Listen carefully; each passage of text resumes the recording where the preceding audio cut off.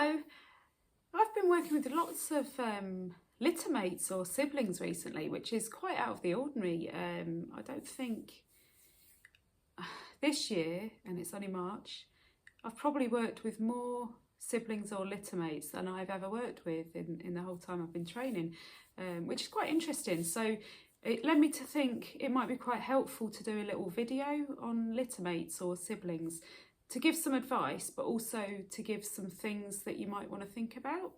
I mean, having two puppies can be loads of fun because you're going to enjoy watching them play.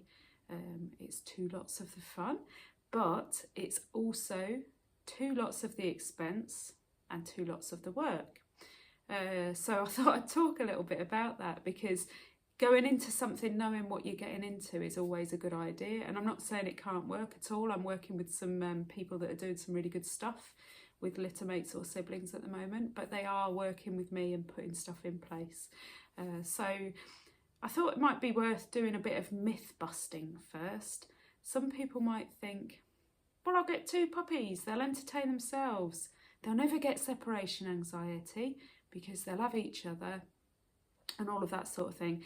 Now, let's think about that. So, yeah, they'll always have each other. I'm an identical twin, by the way, so let me tell you, I know all about having someone for company. And there were pros to that and there were cons, but we won't go there. So, in terms of your littermates or your siblings, yes, they've always got each other, but that doesn't mean they're not going to get separation anxiety, because let's face it, there are going to be times where they need to be separated, and that is very important, and I'm going to talk more about that later. The other thing is you might think that they'll keep each other company, which they do, which is great, but that might lead to them getting so much fun and enjoyment out of each other that you might as well not exist. And I'll talk more about that later. So let's talk first about the financial cost. This is the dull bit, but let's be realistic. Two lots of food, obvious. Two lots of vet's bills, okay. Two lots of pet insurance, okay. Two lots of personal care. What does that cover? I don't know, grooming, walking if you have a walker or whatever else you do. Two lots of equipment in terms of crate, lead and stuff like that. Two crates for the car. And then you might also have to think about two lots of training. So if you're doing a course with someone, you might need to book two places on that course, twice as much money. So financial costs to one side. Let's think about that. Two lots to train. I get asked quite a lot, but just by multi-dog households, not necessarily siblings. I've got these two dogs. My issue is X, so let's say recall or loose lead walking. I want to train them at the same time. Can you help me with that? And my answer is always, I can help you to train the dogs to come back or not pull when they both walk together, but not straight away. Because you've got to create reliable responses in each dog's without the distraction of the other one. Now think about siblings or littermates. You're going to need to train independence into them then, aren't you? Even some dogs can't even cope with one being behind a gate while you train the other one. So that all has to be trained in as well. There's a time factor because of that as well. If you're having two dogs and you've got to separate them, you're going to be doing two lots of things. It won't be like that forever, but that's how you're going to make behaviours reliable. And then you bring them together once they've both learned it independently and think, can they do it together? Now, when they become more advanced at training, you might be able to say for example, Lenny and Miko, two of my previous dogs, I might have been able to say, Lenny, sit, and Lenny would sit, Miko, come, and Miko would come. But that took a bit of training to do that. And that's where you'd want to be getting with these siblings, obviously. But if you don't do that work and teach the responses independently, then what will happen is they'll start enjoying themselves a lot, playing with each other.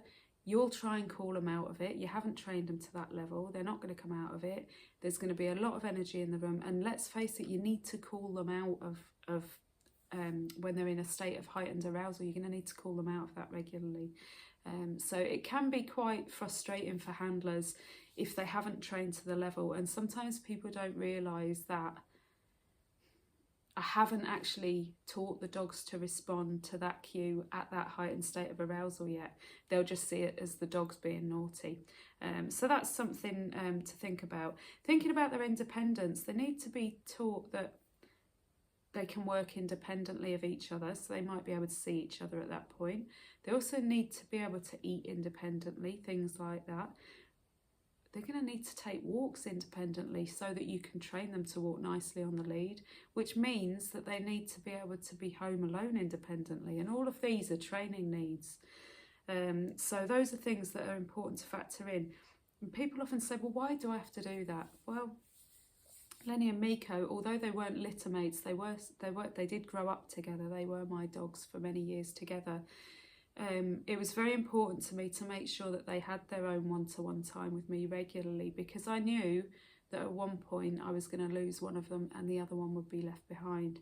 So as preparation for stuff like that, or if one gets ill and it has to go to the vets, it's an important life skill that they're able to be apart.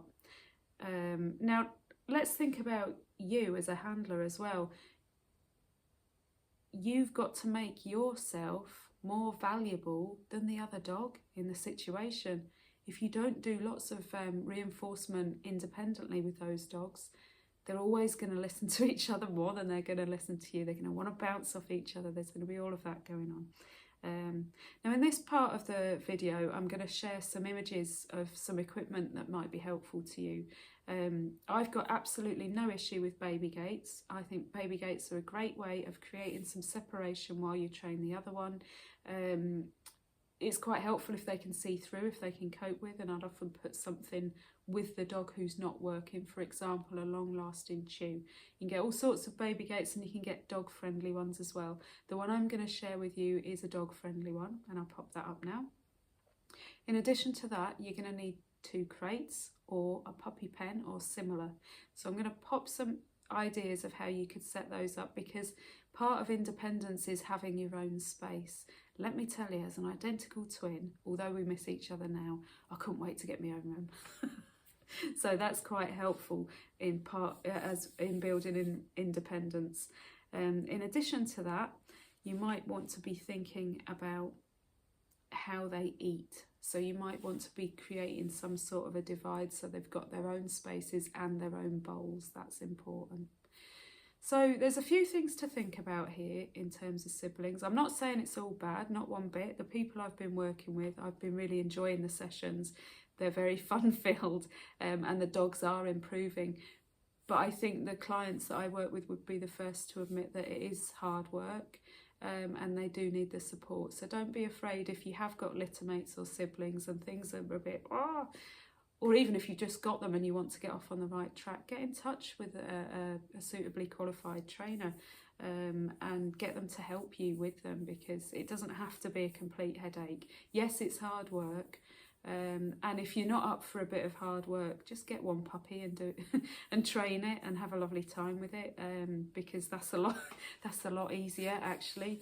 And if it is your first dog, I would definitely think about just getting one for now and seeing how you get on with that. But I hope you found that helpful. You can get in touch with me if you like to. Don't forget to like and subscribe. Okay, thanks.